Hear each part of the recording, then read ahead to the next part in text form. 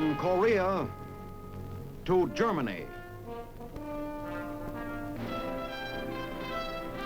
From Alaska to Puerto Rico.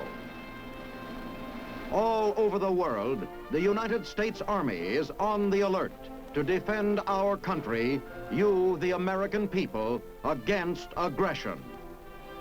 This is The Big Picture, an official television report to the nation from the United States Army.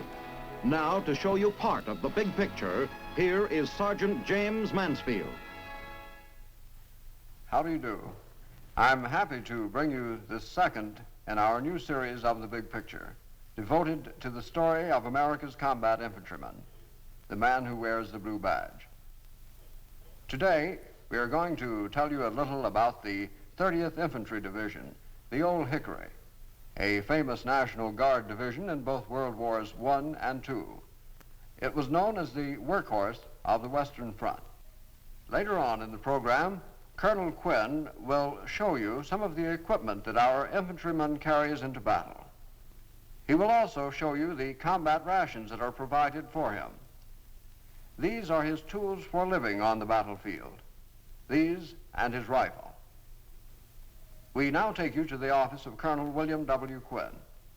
Today we're going to tell you the story of the 30th Division, and afterwards we're going to show you some of the things that the combat infantryman takes into battle. But until that time, the Blue Badge presents the Old Hickory, the 30th Infantry Division. We know the best of all the rest of fighters in the war.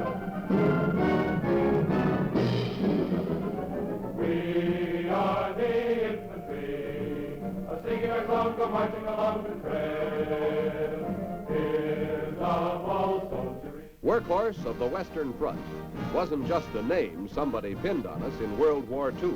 In World War I, the Old Hickory patch we had inherited in honor of President Andrew Jackson wasn't just a name either. Workhorse, Old Hickory, or any of the other names the enemy called us, in battle it was the way we fought and lived and died that made us what we are.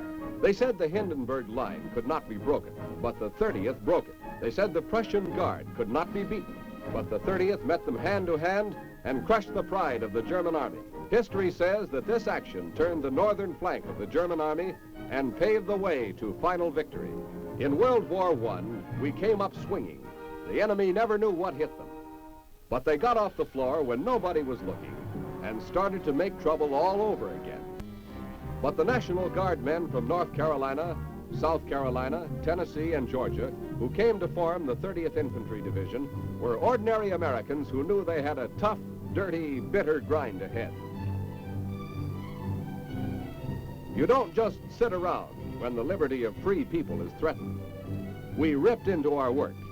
Major General Leland Hobbs took us in hand in September 1942 to whip us into fighting shape, led us through the 2nd Army Tennessee maneuvers, ironed out the rough edges.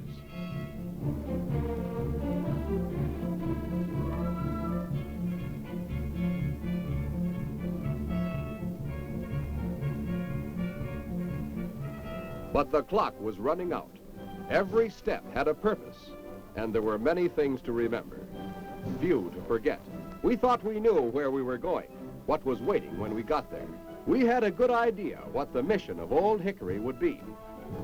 We traded our southern accents for a British welcome and a sociable drink.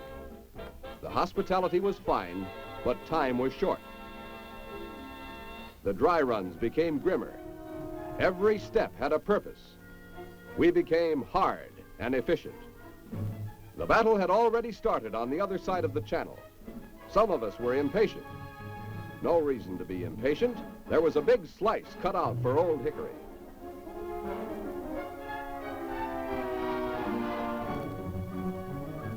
Still plenty of war to go around for everybody when we hit the Normandy beachhead on D+3. We were in business, a business with high costs and no guarantee of success. The first job was to take the high ground north of the Vire River and Tote Canal.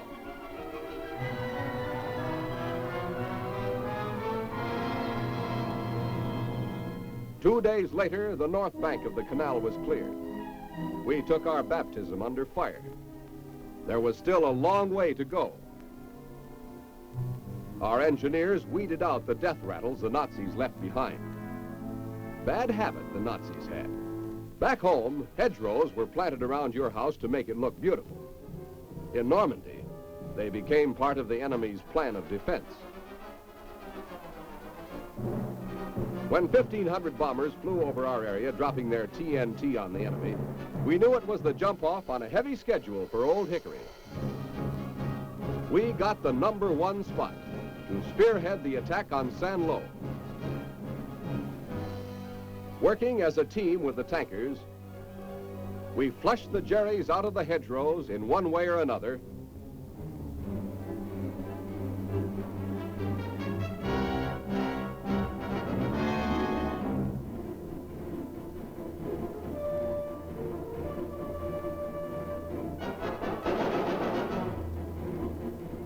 And put the finishing touches on the San Lo breakthrough, one of the outstanding achievements of the European war.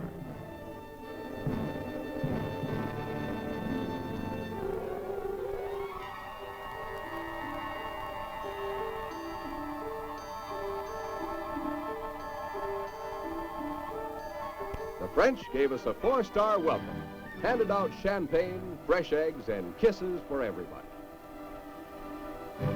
But the gratitude of the French had to be left behind because we were moving up to the front again.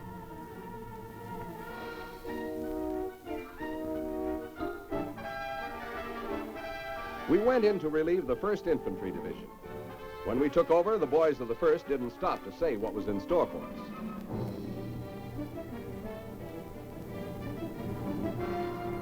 Suddenly, all hell broke loose.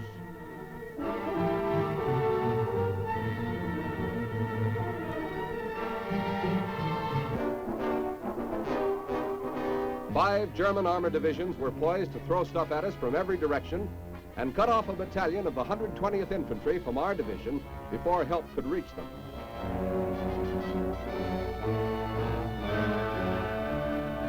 The enemy had his eye on the sea at Avranches, split the American 1st and 3rd Armies. The Germans counted on everything except one small item, Old Hickory. For a week, fate played no favorites. The Panzers had us hanging on the rope, all set for the knockout blow. Our name, Workhorse, wasn't just somebody's dream. We sweated it out the only way we knew how. The holes in our ranks were filled by replacements. 3 days later, they were crossed off the division roster.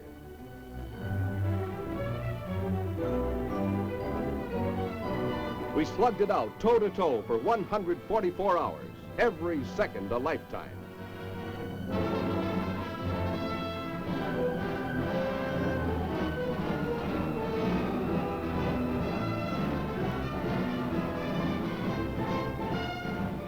And when it was over, the last blow was ours. The Nazi spearhead was broken. The biggest enemy counterattack since D-Day was stopped at Mortain.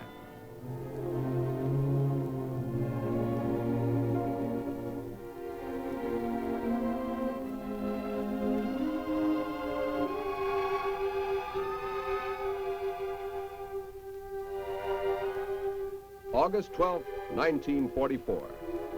1,800 of our buddies were left behind with the memorial of Mortain's First World War dead.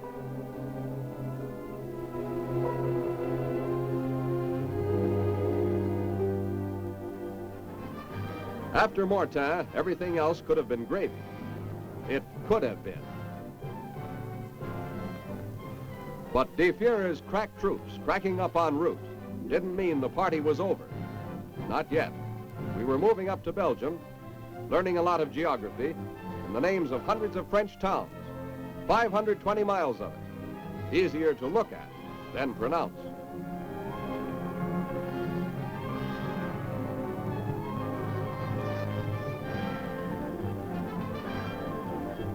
And welcomes with a French accent, Vive l'Américain! The first American troops to hit Holland in World War II. This was the last real welcome to come our way for quite a time. It was a welcome of another kind now, a plunge into Germany, where we were warned every man, woman, and child was a deadly enemy, Our biggest barrier, a ring of concrete and steel, the Siegfried Line. Our job was to make a breakthrough in the West Wall defenses before they could be further strengthened, then swing towards 7th Corps troops south of Aachen, relieve the heavy pressure on Corps, enable them to close in on that city. The pillboxes, Dragon's Teeth, and anti-tank ditches were built for keeps. The big shells went out 24 hours a day.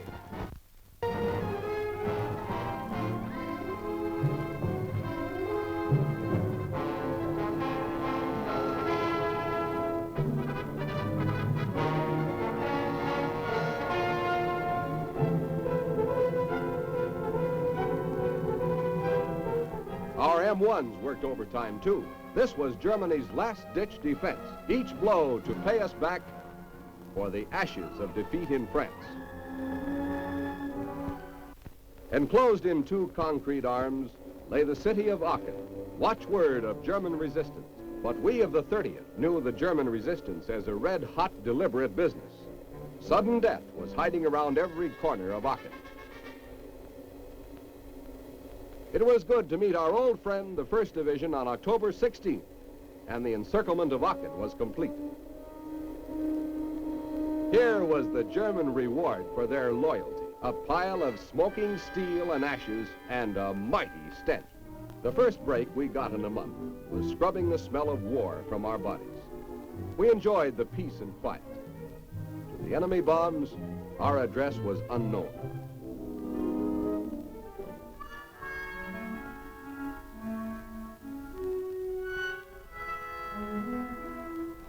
With the smell of soap and water of fresh memory, we swung into high gear.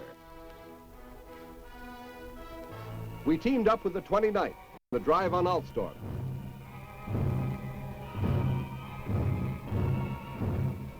Took a bead on Versailles. With patrols fanning out in surprise attacks on the Nazis. When we weren't dodging bullets, we tuned in our favorite comedienne, Axis Sally, who gaily announced that the 30th had been wiped out in the Siegfried Line and Aachen Gap fight. The announcement was received with some skepticism. And to make sure Old Hickory wouldn't get rusty, the kinks were ironed out.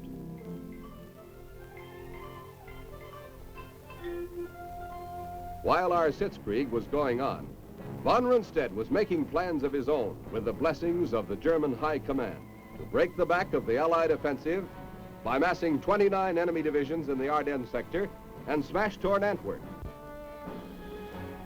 The elite panzers of the SS had been overhauled with fanatical troops, desperate, young, ready to die young. The rejuvenated Luftwaffe pilots sneered from their cockpits.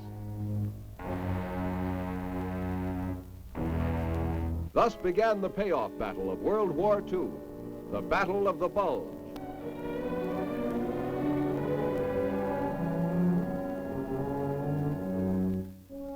On a bitter, biting December day, Old Hickory was called in to put an end to the Superman myth.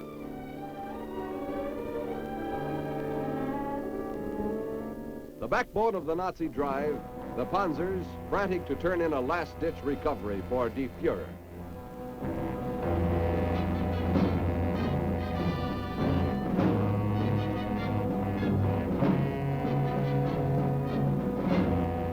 We traded them blow for blow. The SS boys had met Old Hickory before and were not too pleased to renew the acquaintance in the Malmedy-Stavelot area. Even though our supply depots were not prepared for the surprise attack, we made the most of what equipment we had. The Krauts fought until Die Fuhrer's face no longer haunted them. For us, it was a cold proposition of matching teamwork, infantry and engineers, Shermans against Tigers, to spread a path of terror for the enemy. At Malmedy, the Nazis had their sadistic field day. Heroic SS troops lined up American prisoners and left a monument of riddled bodies. We would pay them back for Malmedy.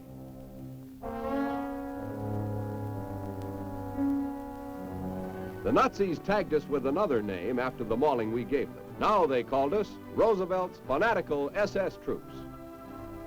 The Big Brass had plans for the Crusher blow. The Third Army to advance from the south, and the Ninth Army from the north. Objective, the road center at Houffalize, to mousetrap the enemy in a final squeeze.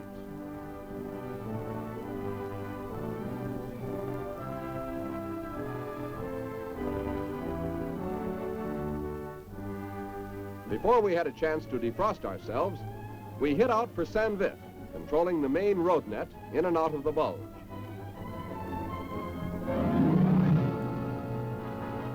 Rumors that Old Hickory was on the march again must have hit the Germans, because their disorganization snarled up the PW cages at every turn. For us, any house where a wall remained was a place to keep out of the cold and warm up for the night. We were able to catch about 39 winks before we hit the road again to make a stab at Rohr River, gateway to Cologne and the Ruhr Valley.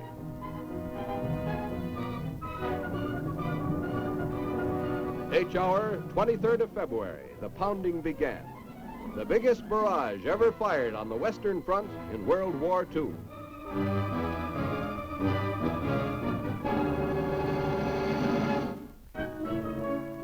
Old Hickory's stinging blow to the Germans' last bitter dream of world conquest, with the engineers doing a job of putting a path across the river at a point where the enemy least expected it.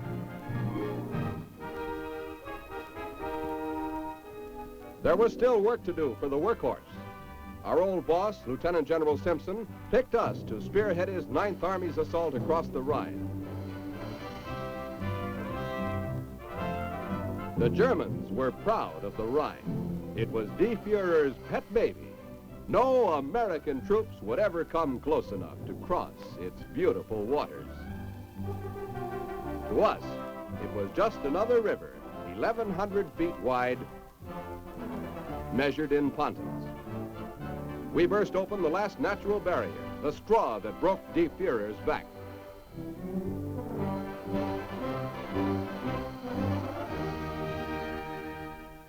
It was a question now of mileage, gasoline, and geography.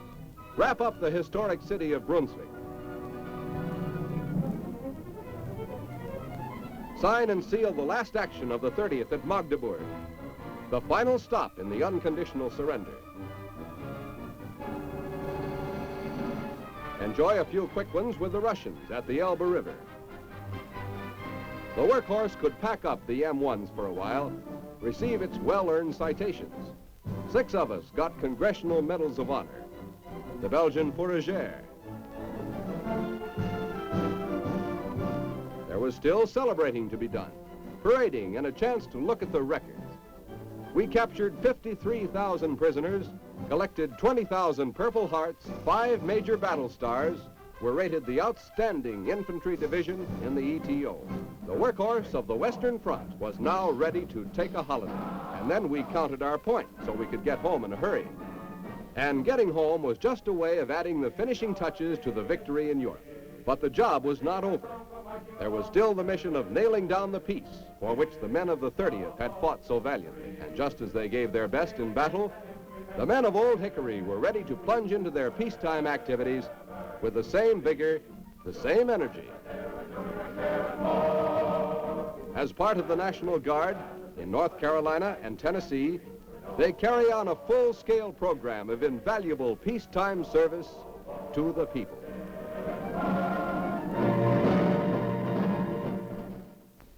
I believe the best way to demonstrate the equipment that I plan to show you is to discuss the articles one by one. What you're about to see is the infantryman's full field pack. This is the basic carrier. It is known as the combat pack. It has a harness which fits over the individual's shoulders and keeps it attached to his back. The inside is waterproofed and contains the individual's toilet articles, his socks, his handkerchief, and other personal possessions. Now, attached to that is the cartridge belt. This belt houses the ammunition that the rifleman carries. For instance, a clip of 8 rounds goes in one of these little pockets. The holes on the bottom are for other articles to be attached, one of which is the first aid pack. This fits on the cartridge belt, and inside is the first aid pack. We'll just take a look and see what's in here. It's a package of sterile dressing, which is used by the man in the event that he becomes hit and will require some first aid. Attached also to the cartridge belt is the bayonet. This is the scabbard. It is attached to the cartridge belt at this point. The bayonet, and these are the places here where the bayonet is attached to the rifle itself. Also on the cartridge belt is the canteen cover. The canteen, which holds roughly a quart of water, is made of aluminum, and the canteen cup. The canteen cup is used by the individual in eating and drinking. Now, in addition, we have the mess kit, which the individual carries in another article which I'll show you. This has two compartments for dessert and soup, and has the knife, fork, and spoon, all of which collapses and makes a neat package which goes in the individual's pack.